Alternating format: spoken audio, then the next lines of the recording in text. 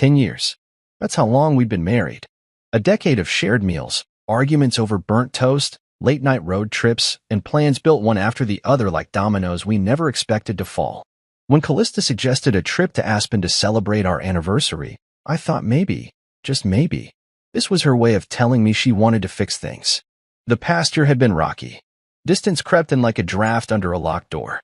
But people drift sometimes. I figured the mountains might bring us back together. Fresh snow. Crackling fires. Something real. I was wrong. That evening, we were seated at a rustic lodge with a panoramic view of the snow-covered pines. The table was dressed with white linen and golden candlelight. A bottle of red wine set open between us, half-finished. Callista had dressed in a dark green velvet dress, something elegant but effortless. Her laugh echoed a little too loud for the quiet room, especially when her cousin Jordan leaned in and whispered something. I caught the last word. Finally.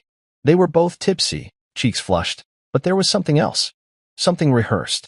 I smiled, tried to hold on to the moment. The waiter placed a seared steak in front of me, rosemary dancing in the air. I just lifted my fork when Callista reached for her glass, swirled it lazily, and said it like it was the most normal thing in the world. By the way, she said, not even looking at me, I sold your cabin. My boyfriend needed the money. There was no build-up, no apology, no hesitation. She said it the way someone might say they'd changed the curtains. My fork stopped in midair. I looked up. I thought I had misheard her. But then Jordan snorted, wiping the corner of her mouth with a linen napkin. He'll get over it, she muttered, trying not to laugh. I looked at the two of them. Calm. Still. Like they had planned this moment. Like this was their punchline to some inside joke. My stomach twisted. Not from shock. That had passed in the first few seconds. What settled in was colder. Sharper. A silence inside me so loud it blocked out every sound in the room. I watched her lean back in her chair, satisfied with the drama she had caused, probably expecting some kind of reaction, rage, begging, disbelief. Something to show her she'd won. But I didn't give her that. Instead, I smiled. Not the kind you give when you're happy. No. This smile was colder than the ice clinking in her wine glass. That's funny, I said softly, reaching into the inside pocket of my coat. My fingers wrapped around a document I'd folded hours ago. Not because I expected this, but because I had stopped trusting her months before. Maybe even a year. Her eyes shifted to my hand as I pulled out the envelope. Slowly. Calmly. I didn't even rush the moment. I placed it gently on the table, right beside her water glass, and slid it across the wood toward her with 2 fingers. Jordan leaned over to peek. Still smiling, still tipsy. Until she saw what was inside. Deeds. Sale contracts. Authorization signatures. Callista's name. My name. Notarized. Dated. Final. She looked confused. What's that? She asked, her voice flat now. I leaned back in my chair, not even bothering to touch the steak anymore. I sold something too, I said simply. Callista reached out with a trembling hand. She pulled the document from the envelope and began to scan it. The blood drained from her face. You sold the account, she whispered. Her voice cracked on the last word. No, I corrected her, still smiling. I sold our joint investment account. The one I built for 10 years. The one you had access to, but never contributed to. You know the one, right? The account you borrowed against when you wanted that wellness retreat in Miami last spring. Jordan wasn't laughing anymore. She looked like she wanted to disappear into the leather booth. You can't do that, Callista said, but there wasn't much force behind it. I already did, I replied, my tone flat now. 3 days ago. Every dollar. Moved. Cashed. Redirected. It's done. Her face turned red, then pale, then red again. That's theft, she hissed. No, I said, eyes locked on hers. That's partnership. You know, the kind where one person does all the work and the other pretends to care. She opened her mouth to speak, then closed it again. The silence that followed was so thick it swallowed the entire room. Even the waiter who had been approaching our table with a dessert menu took one look at us and turned back toward the kitchen. For a long moment, nobody said anything. I leaned forward just slightly, resting my elbows on the table, and studied the woman I once thought I'd grow old with. She looked nothing like the girl I met a decade ago. Or maybe she did, and I had just been too blind to see who she really was. Her lips parted again, probably to try and claw back some sort of power, but I cut her off. You sold my cabin, I said, my voice soft but controlled. Without my knowledge. Without my permission. And now you think you're still in control? I shook my head. You made your move, Callista. That was your mistake. Because now I get to make mine. Jordan finally found her voice. Look, this doesn't have to be ugly, eh? I raised my hand to stop her. You laughed, I said, my eyes never leaving Callista. When she told me what she did, you thought this was funny. Jordan looked away. I stood up. My chair scraped against the stone floor. I didn't raise my voice. I didn't throw anything. I didn't even take the documents back. I left them right there on the table like a calling card. A warning. A line drawn in granite. Callista stared up at me, still holding the papers. Her hands shaking slightly now. We can talk about this, she finally said, her voice barely audible. No, I replied. We're done talking. Then I turned and walked out of the restaurant. The cold aspen air hit me like a slap, but it was the kind of slap that wakes you up. I felt my breath freeze on impact, saw it cloud in front of me. I didn't look back. I didn't wait for her to follow, because I already knew she wouldn't. And that was the last moment I ever spent with her in a place we once called romantic. It wasn't a celebration. It was a funeral for everything we built, or thought we did. And the burial started with a single toast. A toast that burned everything. The drive down from Aspen was long and quiet. I didn't turn on the radio. I didn't call anyone. I didn't even think about where I was going, not at first. My hands just stayed on the wheel. I was locked on the winding road that cut through the mountains like a scar. Snowflakes started falling around me. Light at first, then thick and fast. But I didn't stop. I needed distance. From the lodge. From Callista. From everything I thought I understood about my life. It was strange how numb I felt. Like my body was operating on autopilot while my mind sat quietly in the passenger seat. I wasn't angry anymore. I wasn't even hurt. Not yet. Those emotions were waiting somewhere ahead, biding their time. Right now, I was just hollow. I reached Denver close to midnight and pulled up outside Rory's place. He lived in an old brick building in the Five Points district, top floor, corner unit, the kind of space that smelled like espresso and ambition. I texted him before knocking, and the door opened almost immediately. Rory didn't say anything at first. He just looked at me, his dark eyes sharp, calculating, always reading between the lines. He'd been my closest friend since college, someone who understood things without needing them explained. He saw the way I looked, the silence in my face. He stepped aside and let me in. Spare rooms made up, he said as I walked past him. Whiskey's on the counter. I didn't go to the room. I went straight to the kitchen, poured myself a glass, and leaned against the island as the heat of the liquor moved through my chest. She sold the cabin, I said after a long silence. Rory raised an eyebrow. Wait, what? Sold it? Just like that. Said her boyfriend needed the money. He blinked. Wait, what boyfriend? I looked at him. Exactly. The words came slowly, like poison leaking from a wound. I told him everything. The dinner. The announcement. Jordan's laugh. The look on Callista's face when I slid the documents across the table. When I finished, Rory didn't speak right away. He walked over to the window, looked out at the dark city beyond, and folded his arms. That cabin was in your name, he said eventually. I know. She couldn't have sold it legally. She forged my signature. Rory turned back to face me. There was no shock on his face, just something colder. Focused. She's been planning this for a while, he said. You don't pull something like that overnight. She's been working on this behind your back. I nodded. Rory walked to his desk, picked up his laptop, and opened it. We're just getting started, he muttered, already typing. Tell me everything you still share. Accounts. Properties. Anything with both your names on it. It hit me then, not emotionally, but strategically. I had been living beside someone I thought I knew, while she had quietly built a plan to gut me from the inside out. The signs had been there. The sudden interest in our finances. The random trips. The coldness in her voice when she said, we're just in a rough patch. A rough patch, she called it. Meanwhile, she was funding a man I'd never met with money from my family's land. I sat across from Rory and began listing everything. The joint investment account. The Breckenridge condo. 2 vehicles. A safety deposit box. A wine membership. The art we collected over the years.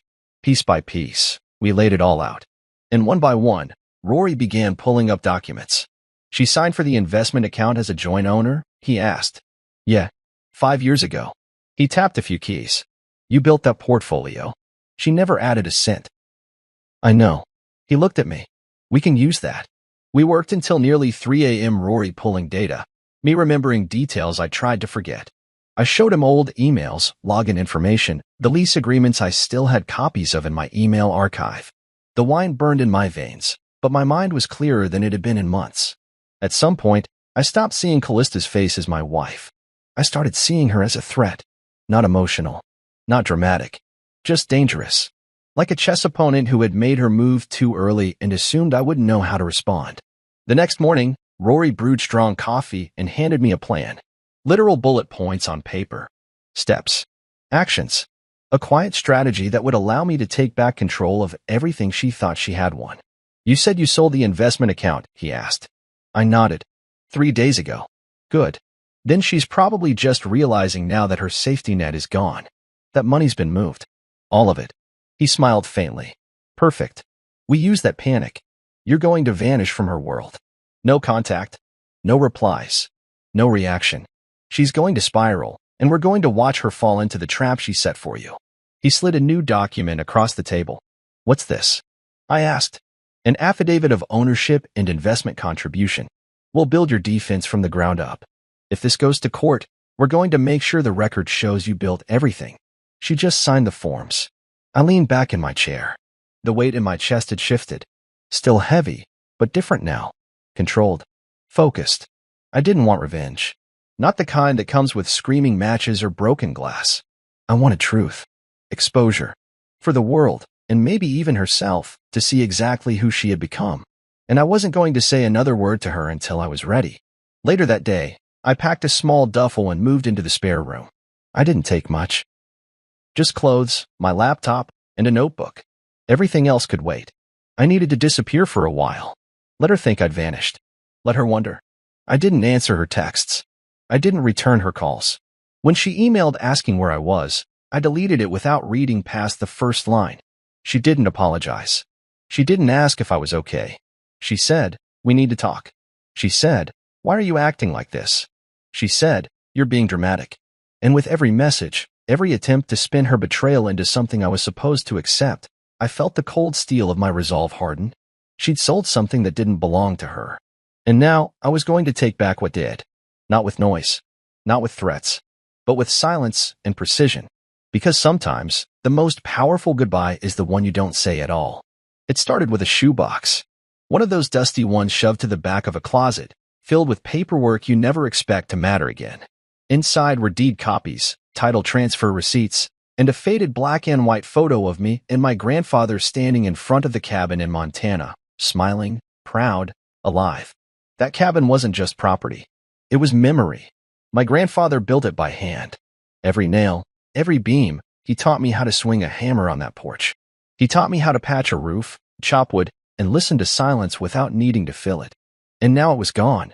I sat on the floor of Rory's guest room, documents spread out around me like a crime scene.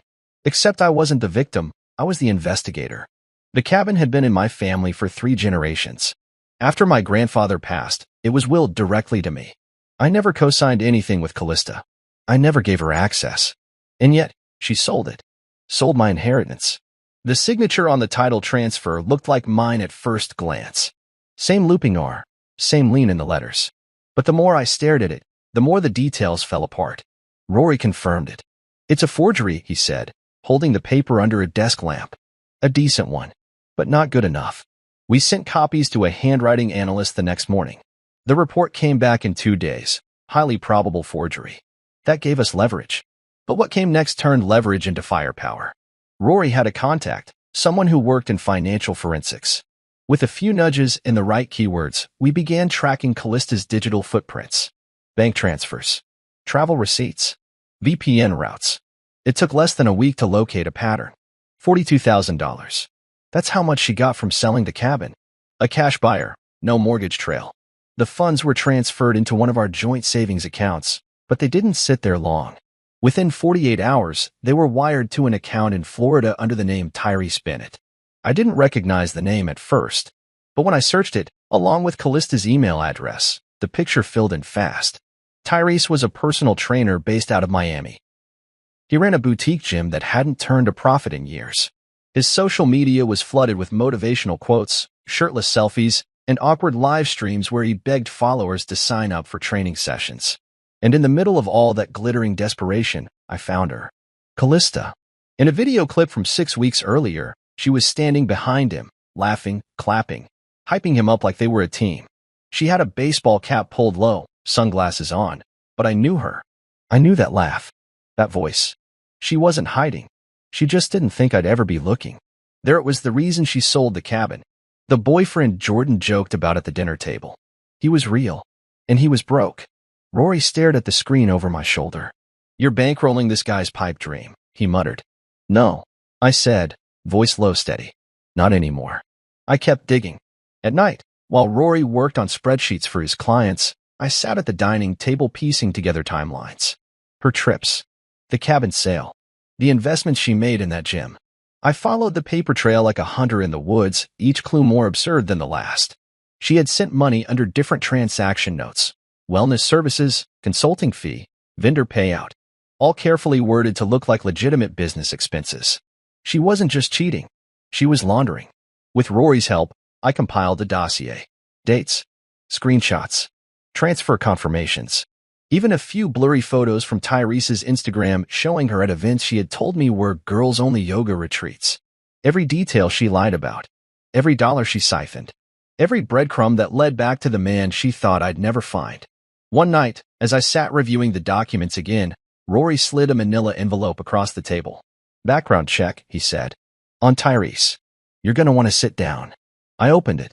Tyrese had 2 prior arrests, one for fraud, one for identity theft.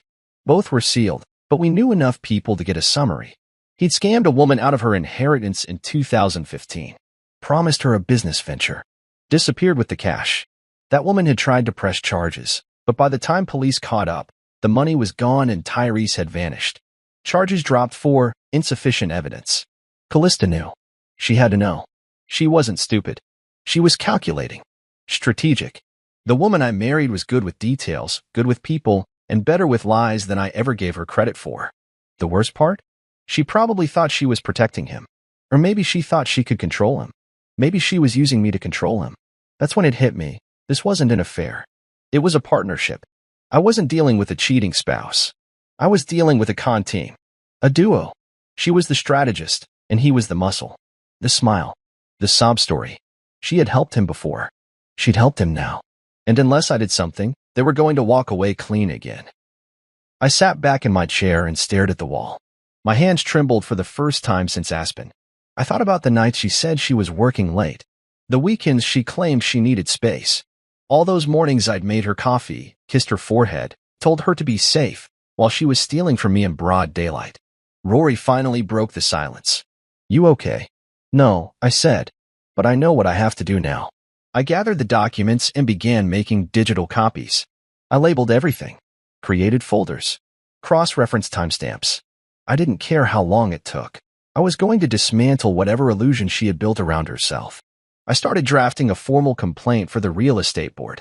The forged title transfer was step 1. That would buy time. I also began compiling an identity theft report because I had a gut feeling we weren't done discovering just how far she'd gone. Rory suggested we keep a low profile. No direct accusations. Not yet. We needed to make sure we were ahead of them legally before we went on the offensive. So I nodded. I agreed. But inside me, something was changing. There's a moment when a man stops trying to salvage something and starts preparing to destroy it instead. I'd hit that point, and there was no coming back. Because once someone steals your past, your family's legacy, your trust, your name, you stop trying to reason with them. You start making sure they'll never be able to do it again. And that's when the real war begins. The first thing I did was freeze the joint accounts. Every last one of them. I didn't announce it. I didn't send a warning. I just logged in early that morning, coffee still warm in my hand, and locked it all down. With a few clicks, I stripped away her access to everything we once built together. She probably didn't even notice right away. That was the beauty of silence. Let her keep spinning on autopilot. Let her swipe and swipe until the card stops working in the middle of some high-end boutique. I wanted her to feel the slow burn of confusion, the helplessness Years of careful investment, slowly grown into something solid. She'd never paid attention to them, never asked what I was doing when I stayed up late analyzing market trends. She just signed when I told her to. She thought that gave her ownership. But 6 months ago, she'd granted me power of attorney for emergency purposes. She never bothered to revoke it. Maybe she forgot. Maybe she thought I'd never use it. She was wrong. I sold everything. Cashed out just before a downturn. The timing was almost poetic. Transferred the funds to a private trust under a new entity name. She couldn't trace it, not directly. It wasn't hidden. It was just out of reach. Like everything else I was about to take back. The condo in Breckenridge came next. Our second home, or so we called it. In truth, it was hers in function, mine in finance. She had decorated it like a showroom. White furniture, abstract paintings, expensive rugs that nobody was allowed to step on. It was the one place where I felt like a guest in my own life. I found the documents buried in a folder on my external drive. A quick glance at the notarized page reminded me her signature had granted me full control in case of a financial emergency. I didn't hesitate. I listed the property. Quietly. Discreetly. A private buyer made an offer within 3 days.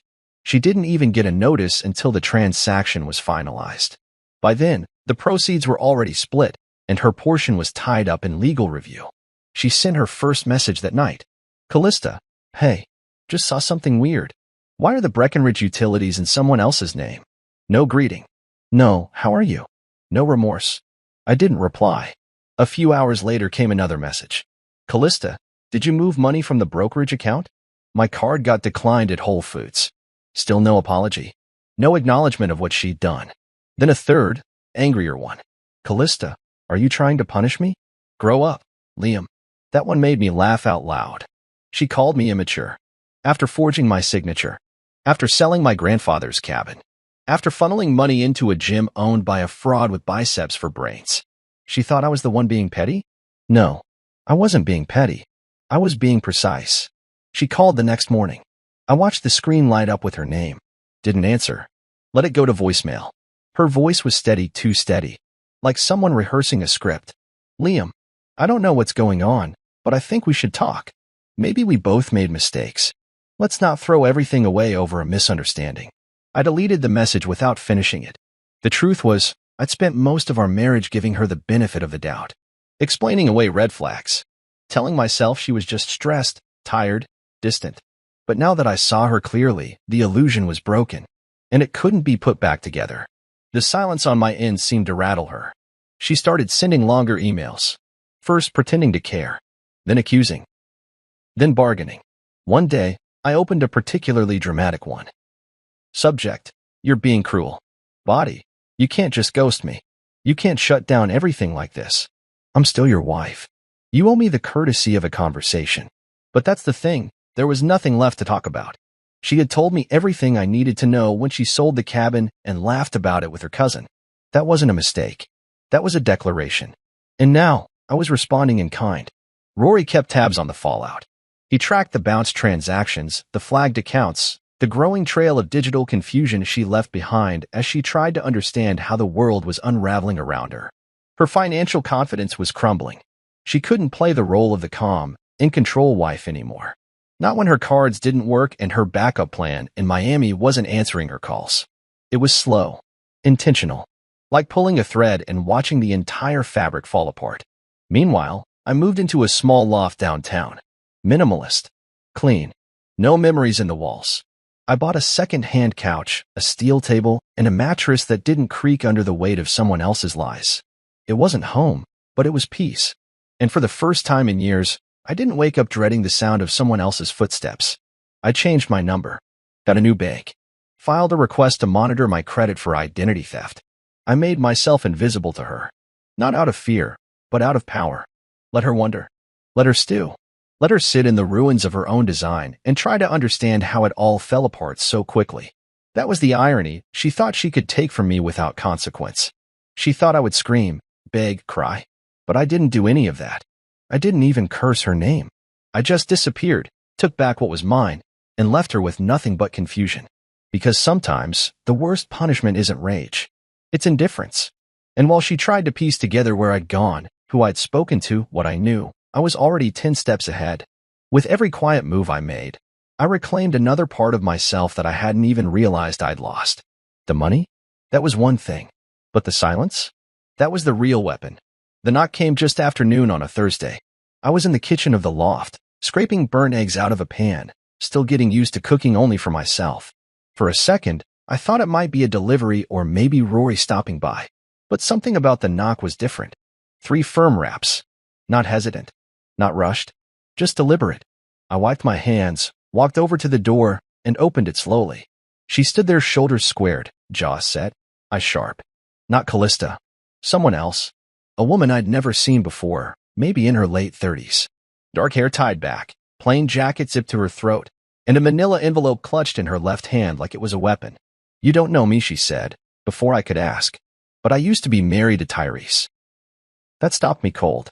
My fingers tightened around the doorknob, and a dozen questions filled my head, but I said nothing. Just opened the door wider and stepped aside. She didn't even hesitate, walked right in like she belonged there. She looked around, gave a faint nod at the clean space, then turned to me and held up her phone. The screen lit up with photos, screenshots, documents, bank statements. Then she flipped open the envelope and laid more evidence on the counter like playing cards. "Your wife's doing to you what she and Tyrese did to me," she said. Word for word, move for move. Her name was Harper. And for the next hour, she laid it all out.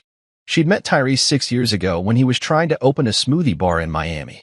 He charmed her with big promises and big muscles. Said all he needed was a little financial support to get started. She was a nurse back then, worked long shifts, didn't have much, but she believed in him, gave him everything she could, cleared out savings, took out a small loan. He drained her dry. Then he brought Callista in first as a friend, then as business manager. Harper hadn't thought anything of it until one day, Tyrese changed the locks on the apartment, and Harper found out she wasn't just being left. She was being erased. "I couldn't prove anything," she said, voice flat. "They made it look like I was unstable, emotional. He told people I was obsessed with him." She backed it all up. "They made me feel like I was the problem." I leaned against the counter, watching her. She wasn't crying. She wasn't here for pity. There was steel in her voice. Strength built from scars. "I saw Callista in one of his new videos last month," she went on. I recognized the voice, the walk. And then I started seeing money transfers again. Names I didn't recognize. "But yours came up in one of the filings, legal documents tied to a business account in Tampa." That's when I started digging. She pulled out a printout. It showed the name of a company I'd never heard of before, Tide Rise Wellness LLC. Registered under my name. Linked to my social security number. My address. I stared at the paper. "She used me to open this?" Harper nodded. "It's a front. They're laundering money through it. Mostly gym-related sales. Supplements. Memberships. But it's fake." I ran the numbers. "The inventory doesn't match the deposits. And it's in your name, which means if the IRS ever gets involved, you're the one they're coming after." My mouth went dry. She wasn't just lying. She wasn't just cheating. She was setting me up. Harper crossed her arms, her eyes locking onto mine. "I'm not here for revenge. I'm not here to ask for anything. I just wanted you to know before it's too late." I swallowed hard, nodded slowly, then gestured toward the tiny table by the window. She sat. I poured us both water. My hands were still trembling. "How did you survive it?" I asked. She let out a bitter laugh. "Barely. Moved in with my sister. Filed bankruptcy. Took years to rebuild my credit. The only thing that kept me sane was knowing someone else would eventually see them for what they were. That someone, apparently, was me." We talked for another hour. She handed over everything. USB drive, documents, a timeline she had mapped out. I promised to stay in touch, and when she left, I just stood at the door for a while, listening to the silence. Then I got to work. I sent everything Harper gave me to Rory. 30 minutes later, he called. "This is worse than we thought," he said. "She used your name to file for a small business grant. There's government money tied to this. If that warehouse address is flagged, you're looking at federal charges." I didn't speak. He continued, "You need to file for identity theft now. Not tomorrow. Now. Before this thing blows up in your face." I took a breath. Deep. Centered. Then I nodded, even though he couldn't see me. "I'll do it. And you'll need a lawyer," he added. "Not a regular one. A defense attorney. Someone who knows how to navigate federal investigations." "I'll find one," I said. "No," he replied. "I'll find one for you." I hung up and stood in the center of my loft, everything around me suddenly feeling smaller. Tighter. My life was becoming a noose, pulled tighter by the hands of someone I once loved.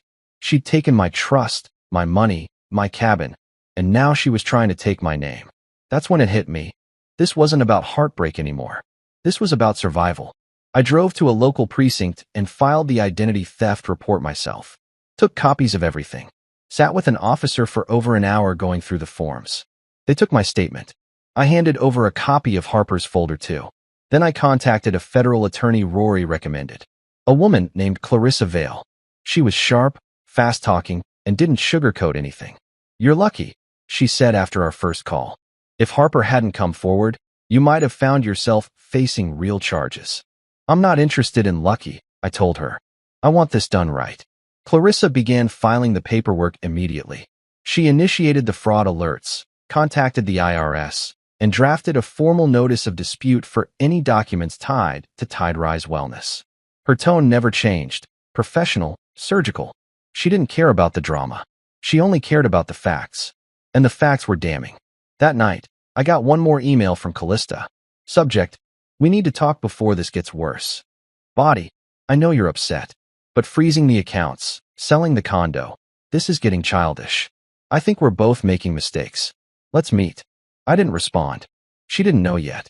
She didn't know Harper had come, that the fraud was exposed, that the company she built with Tyrese was now under review by a federal defense team. And I wasn't going to tell her. Let her keep writing her story, because I was already writing the ending. And this time, she wouldn't be the one holding the pen. It was 6:47 a.m.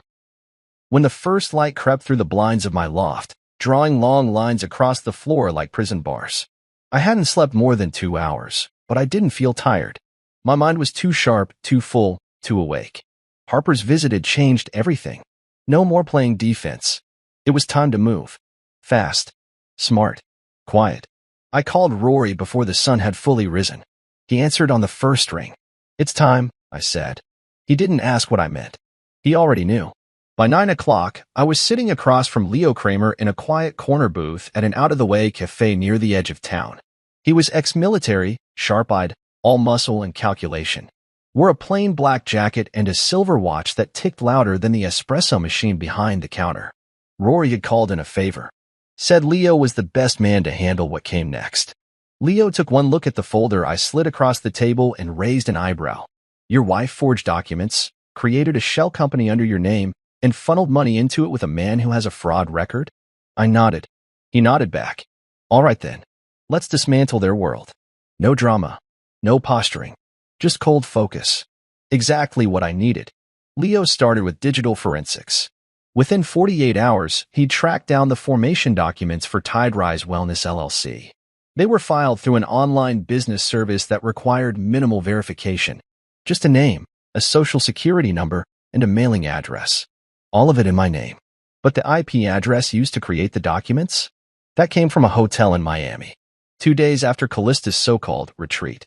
She didn't even try to hide it. That's what stunned me most. The arrogance.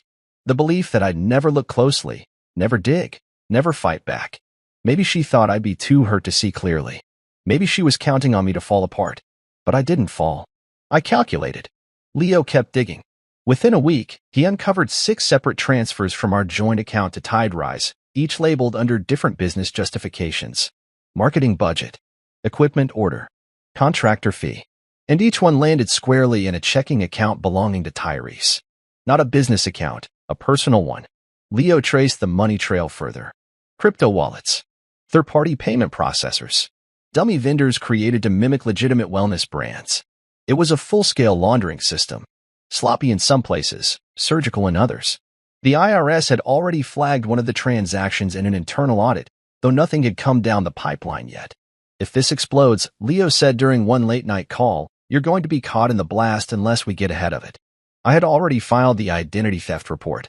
Clarissa, my attorney, had submitted preliminary notices to the IRS, local authorities, and even the Florida Secretary of State's office.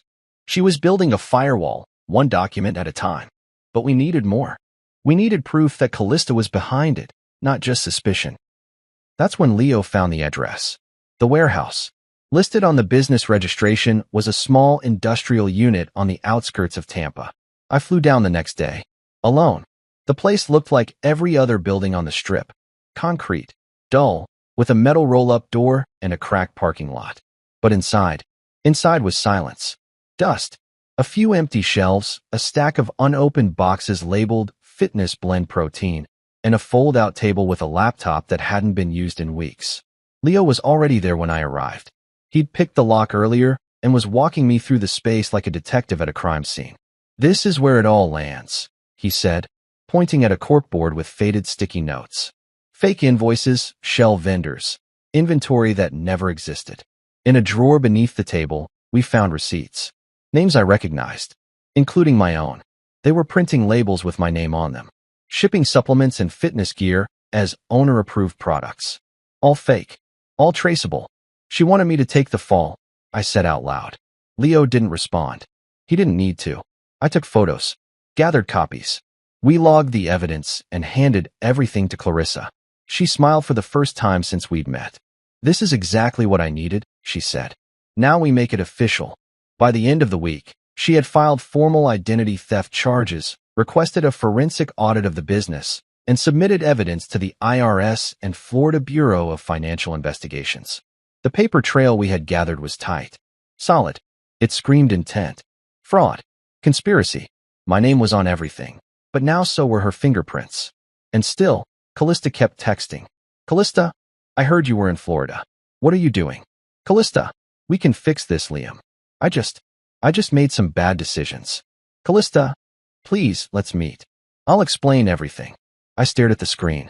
She was unraveling, but I didn't answer. Instead, I forwarded the messages to Clarissa. "She's going to try to talk her way out," I told her. "She'll have her chance," Clarissa replied. In court. 2 days later, we got confirmation. The IRS had launched a formal inquiry into Tide Rise Wellness. They called me in for a statement. Clarissa handled everything. By the time we were done, I was listed as a cooperating victim in a federal fraud case. I wasn't just defending myself anymore. I was preparing to press charges. Tyrese, still unaware of how close the storm was, posted a video on social media the next morning.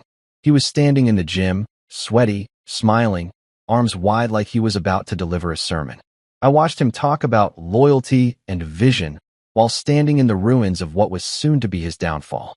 And in the background, I saw her, Callista, off to the side, barely visible, wearing sunglasses indoors, like always. I didn't feel pain when I saw her. I didn't feel rage. What I felt was quiet, the kind of silence that comes after a long storm. The kind that tells you the sky's about to clear, and what's left standing after the wind dies down is what really matters. I turned off the video and opened my laptop. Leo had sent the final piece of the puzzle. A time-stamped login, the business bank account, IP matched to her apartment, and the transaction memo, reimbursement for consultation, CL, her initials. It was over. I knew it. Rory knew it. Leo knew it. All that was left was for her to know it too. I sent the evidence package to Clarissa. She called back within the hour. "This is it," she said. "We've got her." And for the first time in months, I exhaled. Not in relief, but in preparation. Because the next time I saw Callista, it wouldn't be at a table, or a dinner, or a therapy session. It would be in court.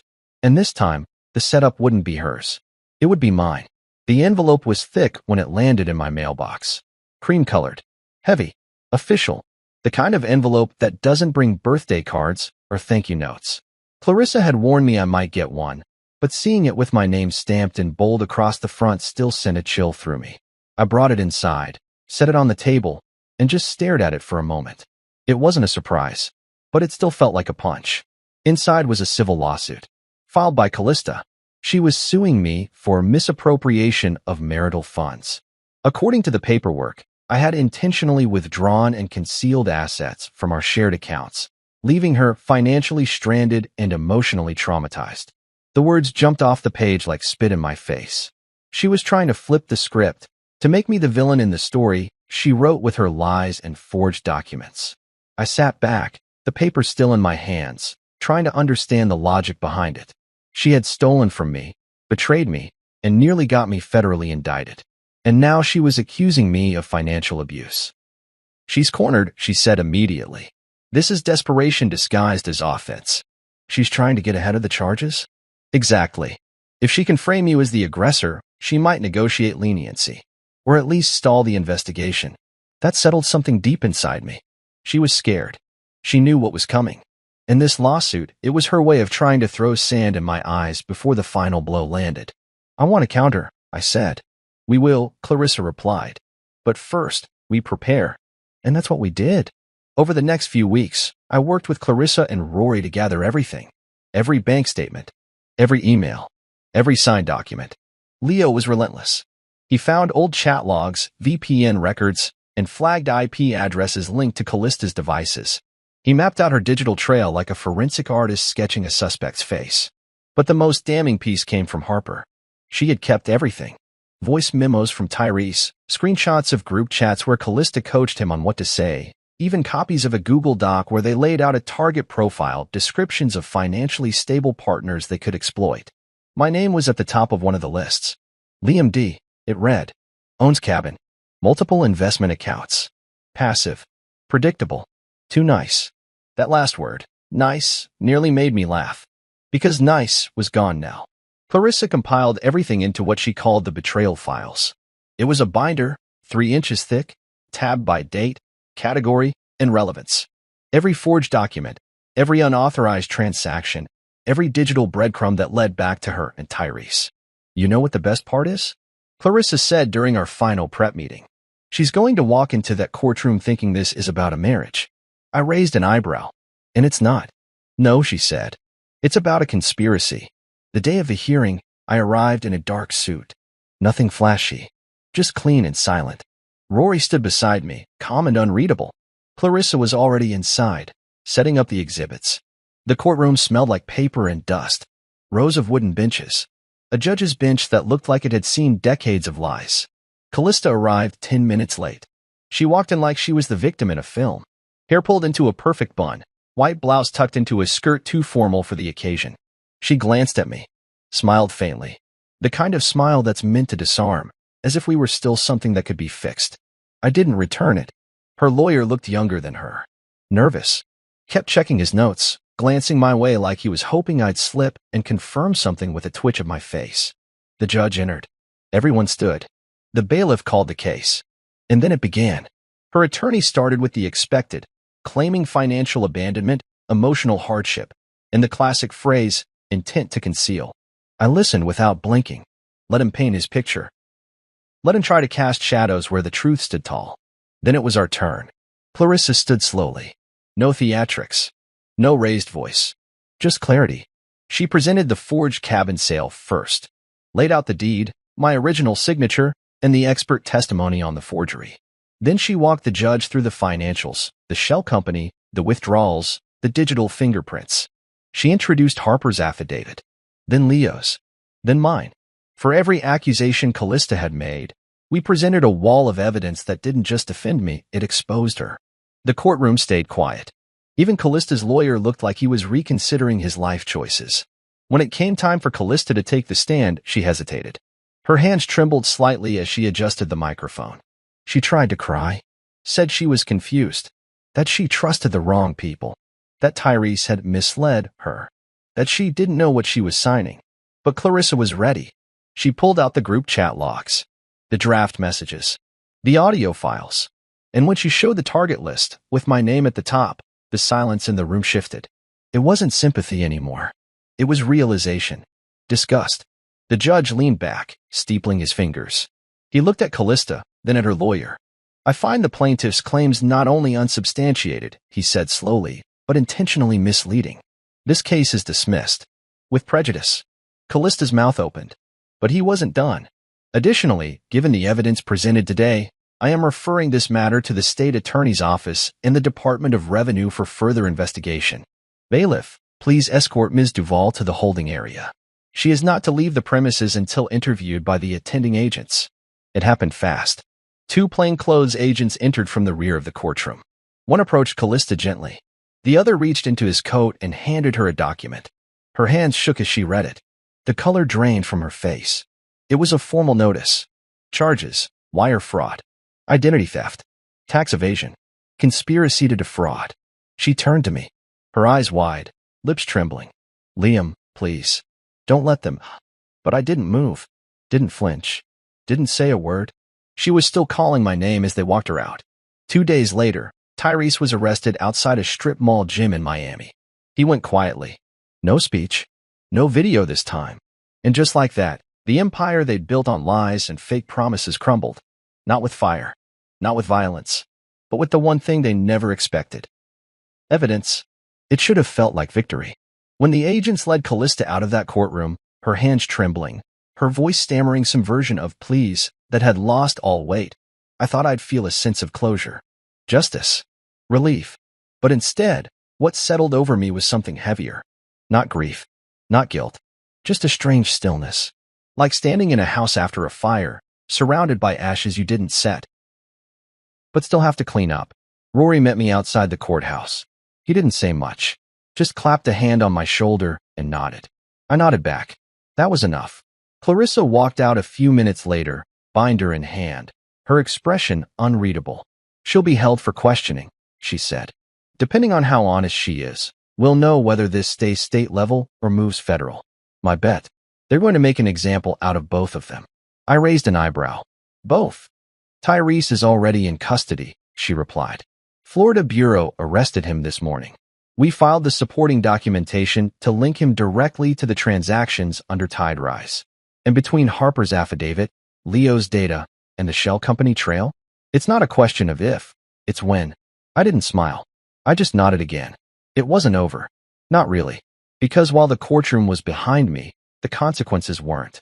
A few days later, Clarissa called me with an update. Remember that business grant? She asked. The one they filed in my name? Yep. Turns out the state approved a partial disbursement. $18,000. Which means I'm liable, I finished. She paused. Technically, yes. Until the court finalizes the fraud claim and shifts responsibility to her. But that process can take months. Maybe a year. I sank into the couch in the loft, staring at the bare wall across from me. I'd spent so long exposing the truth, proving she'd stolen from me, lied to me, used me. But that didn't erase the damage. It didn't cancel the debt. How much? I asked. $14,200, she said. That's your share under joint marital liability. Because you were still legally married when the form was signed. I closed my eyes. Of course. There's always something left behind. Always a piece of the fire that keeps burning long after the smoke clears. I'll pay it, I said quietly. Liam, we can contest it. No, I said. Let it be the last thing I pay for her. Ever. There was a silence on the line. Then she exhaled. All right. I'll send the transfer details. After I hung up, I sat there in the quiet for a long time. $14,000. It wasn't just money. It was the final price of my silence. My trust. My 10 years of looking the other way while something rotten grew right in front of me. I transferred the money that night. No hesitation. It felt like pulling a splinter from my soul. Later, I met Rory for drinks. We sat at a rooftop bar overlooking the city. Just two men who'd seen too much and said too little. He didn't toast to justice or say told you so. He just listened. You're free now, he said. I shook my head. Not yet, but I'm getting close. The next morning, Leo called. I thought you might want this, he said. He sent over a compiled report, final logs, court filings, the full list of transactions from Tiderise under both Tyrese's and Callista's names. The last entry on the list? A payment labeled Cabin Flood Claim Reimbursement, CD. What is this? I asked. She filed an insurance claim after the cabin sale, Leo said. Claimed it had been damaged during a storm. The cabin wasn't damaged, Liam. She flooded it intentionally. Probably to make the buyer drop the price or to cover something up. I stared at the report. She vandalized my grandfather's cabin? Leo's voice lowered. She desecrated it. It was the first time I felt true anger in weeks. Not the cold kind. Not the calculating kind. This was raw. Ugly. The cabin wasn't just wood and stone. It was family. Legacy. And she destroyed it like it was disposable. I thought of that old black and white photo of me and my grandfather. Us standing in front of that porch, two proud smiles, a whole future ahead. And now, that future had been sold, flooded, claimed, and erased. I didn't cry, but I came close. I spent the rest of the week wrapping things up, closing accounts, canceling shared services, returning legal documents to Clarissa for archiving. With every box checked, I felt something loosen in my chest. Bit by bit, I was untying the knot she'd tied around my life. Then, one morning, I woke up and realized there was nothing left of her here. No photographs. No clothes. No lingering scent of her shampoo in the bathroom. She was gone. Not just physically, but in every way that mattered. Except the debt. The debt had stayed, but I didn't resent it anymore. It was a scar now. A mark of survival. Of clarity. Leo sent me one last message before signing off. This is the part they never talk about, he said. The scar tissue. He was right. People love revenge stories. The drama. The downfall. But nobody talks about what happens after. The silence. The paperwork. The therapy. The rebuilding. The small, slow moments of putting yourself back together piece by jagged piece. I walked into the kitchen, poured myself a glass of water, and stood by the window. It was raining, but I didn't feel cold. I felt clean. Harper called that evening, just to check in. She said she'd heard about the court outcome, about the charges. She sounded steadier than before, stronger, like someone who'd been through fire and learned how to live with the burns. They'll go down for this, she said. Eventually. I nodded. They already have. There was a pause. Then she asked, softly, so what are you going to do next? I looked around the loft. The clean counters. The empty walls. The life I had pressed reset on. I'm going to start over, I said. Simple as that. Not in a movie montage kind of way. Not with grand speeches or perfect endings. Just quietly. Honestly. One step at a time. Because I didn't want revenge anymore. I wanted peace. And I was finally ready to find it. You think once the fire is out, you can breathe again. That after the final blow, the last courtroom appearance, the evidence, the cold click of justice, there's nothing left to burn. But that's not always true. Because some debts don't go away. Some stay, wrapped in fine print and forgotten clauses, just waiting to remind you that even freedom has a price tag. It was a letter this time. Plain envelope. No warning. No apology. Just my name printed at the top and a polite request for payment at the bottom. I sat at the kitchen table holding it between my fingers like it might bite. $14,200. I'd already known about the amount. Clarissa had explained it clearly after the courtroom chaos faded. It came from a refinancing document I signed 3 years ago, back when I was still trying to save a marriage that had already quietly packed its bags. Callista had slipped it in during a long stack of papers. We were consolidating debt, she said, lowering interest rates, making things easier. I hadn't read every word. That was my mistake. Buried deep inside was a clause linking me, jointly and legally, to a business loan. One that was now tied to the fraudulent company Tiderise Wellness.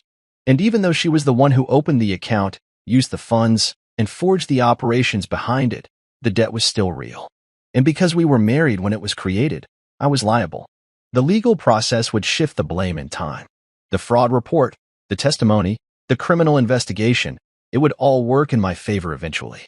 But eventually wasn't now. And the creditors? They didn't care who faked what.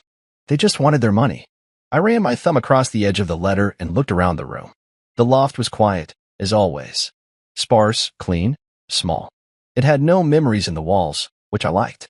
But that morning, it felt tighter. Like the walls were leaning in again. Like I was being reminded that even after all I'd done, the exposure, the silence, the plan, there were still remnants of her tangled in my life. I thought about fighting it, about dragging it into another legal battle. But something inside me said no. No more courtrooms. No more dragging this out. I was done bleeding for her decisions. So I paid it. Quietly. Without ceremony. I walked to the bank, withdrew from my personal savings, and wired the money. The teller gave me a printed receipt. I folded it and slipped it into a drawer without reading it twice. That was the last thread. The last dollar. The final consequence of a marriage built on lies. Afterward, I walked to the park down the street. It was a cold day, gray sky, scattered leaves, the kind of afternoon that kept most people indoors. But I needed to be outside, to feel the wind against my face, to remind myself I was still here, still standing. I sat on a bench overlooking a small man-made pond and let my thoughts settle. They didn't race like they used to. No more what-ifs. No more flashes of Callista's voice echoing in my ears. Just space. Silence. Scar tissue. Leo had been right. Nobody talks about this part. The part where you're free, but still feel a little broken. The part where you win, but still have to pay. I pulled out my phone and scrolled through the last messages I had saved from Clarissa. Most were logistics, case updates, file transfers, closing memos. But the last one was different. Clarissa, You handled this with more grace than most people would. You walked away without destroying yourself to destroy her. That's rare. I hadn't replied, but I'd read that line over and over. Because she was right. And also wrong. I didn't walk away unscathed. I was still rebuilding from ashes. But I'd chosen not to be like Callista. I hadn't forged anything. I hadn't used someone else's name, heart, or credit score to fill a hole inside me. I'd responded with truth. With facts. With quiet resolve. And that, to me, meant more than revenge ever could. After sitting there a while, I pulled out my notebook, the one I'd carried since the day I left Aspen. Inside were notes from the early days of unraveling everything. Account numbers. Password resets. Legal steps. But further back, buried behind the battle plans, were scribbles of something different. Ideas for a new beginning. Dreams I'd paused. Projects I'd buried. Before Callista, I used to sketch ideas for a small retreat center. Nothing fancy. Just a quiet place tucked in the trees, somewhere people could disconnect, breathe, find peace. I flipped to the page where I'd drawn a rough floor plan. Cabin-style rooms. A shared kitchen. Walking trails. Fire pits under the stars. I hadn't looked at that page in years. But now? Now it didn't feel impossible anymore. A few days later, I drove to the edge of the city and met with a realtor. I told her I was looking for land. Somewhere remote. With trees. With silence. She showed me 3 properties. The first 2 were beautiful, but the third? It felt, right? It was just a clearing, really. A few acres tucked behind a long stretch of pine trees. A creek ran along the edge. No structures. Just earth. But when I stepped out of the car and stood there, breathing in the cold mountain air, something inside me settled. It wasn't the old cabin. I'd never get that back. But this? This could be mine. Truly mine. I put in an offer. A week later, it was accepted. I didn't tell anyone at first. Not Rory. Not Leo. Not even Harper, who had become a quiet presence in my life. Someone I met for coffee every few weeks, always talking about anything except the past. But the day I signed the final paperwork, I sent her a photo of the land. No caption. Just the image. She replied with a single word. Freedom. And that's what it felt like. Not escape. Not revenge. But peace. I visited the land every weekend, sometimes just to walk the edge of the creek, sometimes to sit on a folding chair with a thermos of coffee and listen to the wind. I started sketching again. Plans. Possibilities. I didn't know how long it would take to build something, or even if I would. But the idea lived again, and that was enough. One night, as I sat by the water under a sky full of stars, I took out that notebook again. I flipped to a blank page and wrote something I hadn't dared to say aloud. She took the past, but she couldn't take the future. That's mine. The cabin was gone. The one my grandfather built with his bare hands, the one where I learned how to split firewood, where we played cards by lantern light when storms knocked out the power. Callista had taken it, sold it, flooded it, and buried it under a claim. And as much as I wanted to believe I could one day get it back, I knew deep down it was never coming home. But not everything has to. Some things are meant to stay in the past, anchored to who we were before the fire came through. I stood on the porch of the new place, a quiet stretch of forest near Flathead Lake. It was still unfinished. The siding wasn't painted yet, and there was a stack of cedar planks leaning against the east wall waiting to become a deck. But it was mine, completely. Not co-signed, not borrowed, not attached to someone else's name or expectations. Mine. There was no grand celebration when I bought it. No Instagram post. No champagne pop. Just a signed deed, a quiet exhale, and a long drive through winding roads that didn't lead back to anything but peace. Most mornings, I woke up before sunrise and sat on the unfinished steps with a mug of black coffee. Just me and the sound of birds figuring out the day. No alarms. No schedules. No one asking for anything. The quiet didn't feel empty, it felt earned. Harper lived 2 towns over now. After the trials and courtrooms and long months of sorting through the aftermath, she decided she needed space, too. Not away from me, but away from the memory of what had happened.